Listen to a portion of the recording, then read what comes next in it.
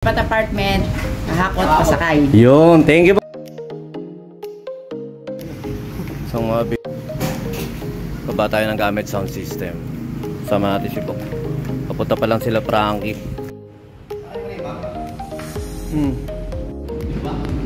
Doon na lang sa gilid, doon na lang sa gilid. Dito kami. Yun, meron nga tayong rent ng sound system dyan. Pero meron din tayong rent ngayon ng truck at driver lang. At meron na isang sinama na natin si Bok dahil kasama nga natin kailangan dyan sa pagbababa ng gamit yan. At isang mabilisan lang yan. At iniwan namin yung mga gamit niyan. At sila Miko at saka Frankie na lang ang bahala dyan. At saka ito syempre nagkukwentuhan kami dyan habang nagpapagas. Medyo seryoso si ate. At papunta na tayo sa San Rafael dahil kukunin natin doon sa Purok 3 Sampaloc.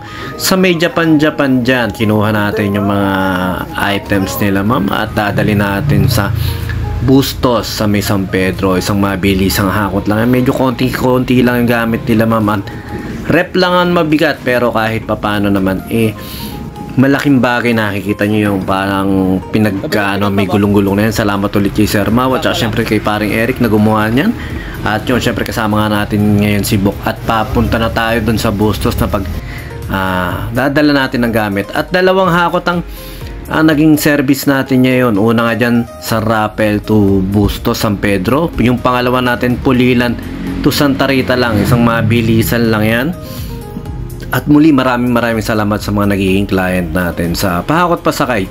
At yung pangalawang client kasi natin ay repeat client. Itong first client natin ay bagong client natin. At sabi nila may susunod pa silang lipat dahil yung pinaka-mother at yung mga parents nila ay maglilipat din ng apartment. Yan sila sir. At yan nga.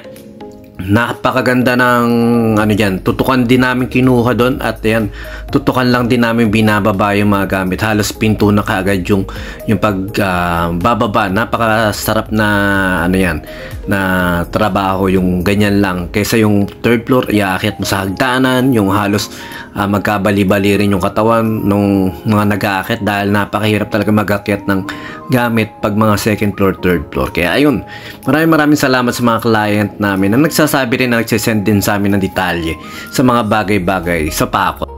Gaya nung kung malayo ba yung lakarin at kung ano yung mga gamit na kailangan hakutin yun. Salamat sa mga nagsisend, nakikipag-cooperate na nagsisend sa atin mga picture na mga dapat ipahakot. Lipat apartment, kahakot, pasakay. Yun, thank you po. At yun nga, tapos na tayo mag-ukot dun sa unang client natin at food trip muna kami ni Bok. At nadali kami ron sa ulam na sisig na tokwa. Solid na solid yung sisig, puro tokwa. Ayan, kasama pa rin natin si Bok at saka papunta na kami ron sa pangalawang hakutan namin at nandito na kami sa may Plaridel. Hindi ko na na-video kung paano namin ikinarga yung mga gamit. Pero konti lang yung gamit, may ilang mabigat lang. At yung client niya nito ay repeat client natin si Sir. At ayan, konting-konti lang yan. Diyan lang sa may Kutkut Pulilan natin kinuha at Santa Rita lang, halos simbahan ng Santa Rita natin kinuha yung dinala yung mga gamit. At napakalaking bagay talaga nung tulak-tulak nila na yun dahil kung hindi yun, napakabigat nung aparador na yun. Ano tawag doon? Basta ganun. At ito na nga, tinulungan na rin natin sila pero yan, truck at driver lang talaga kinuha nila mama. Kaya maraming salamat sa mga nagpapahako dyan sa inyong kapayapaan. Peace with you. God bless. Sa mga lipat bahay, pahakot pasakay. Yun, thank you. Sa mga maglilipat bahay, PM nyo lang si Kuya. Pahakot pasakay. Thank you. Pahakot pasakay. Thank you ate. Pahakot pasakay. Ayun, thank you sir. Pahakot pasakay. Yan. Digit. Pag gusto nyo magpahakot, message nyo lang sa Kuya. Yun, thank you ma'am. Sa mga lipat apartment dyan, pahakot pasakay. Thank you ma'am. Thank you Master B-Jam. Pahakot pasakay na kayo. Sa mga gusto magpahakot at pasakay, DM lang kayo sa page nila Kuya. Okay, thank you ate.